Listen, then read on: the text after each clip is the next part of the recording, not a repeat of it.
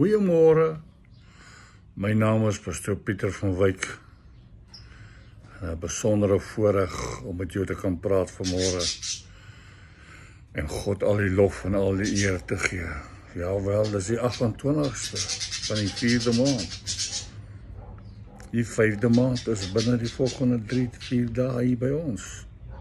Dan begin ons met die 5de maand van 2025. Ek het vanmôre my gees stel ek op dat is iemand van julle wat gewellige pyn in die hart en in die bors het. Gewellige pyn. En dit maak jou moeg. Dit maak jou bekommerd. Van dit kom en dit gaan en dit steek en dit los. Ek wil vanmôre vir jou sê, deur die wonde van Jesus het daar genesing gekom.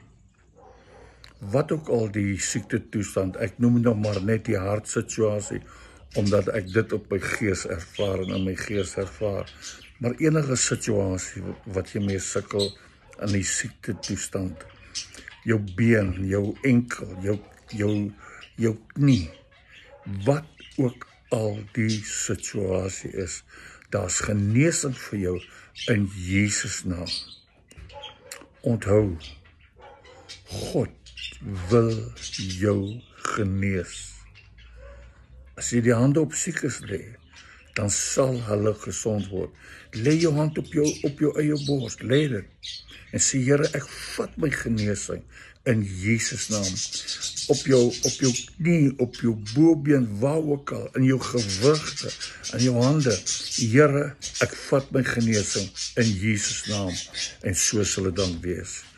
Mag jy geduldig wees, mag jy genesing kry, en mag die groot God van hemel en aarde jou deurdra, tot ons weer praat. Mooi bly hoor. Bye.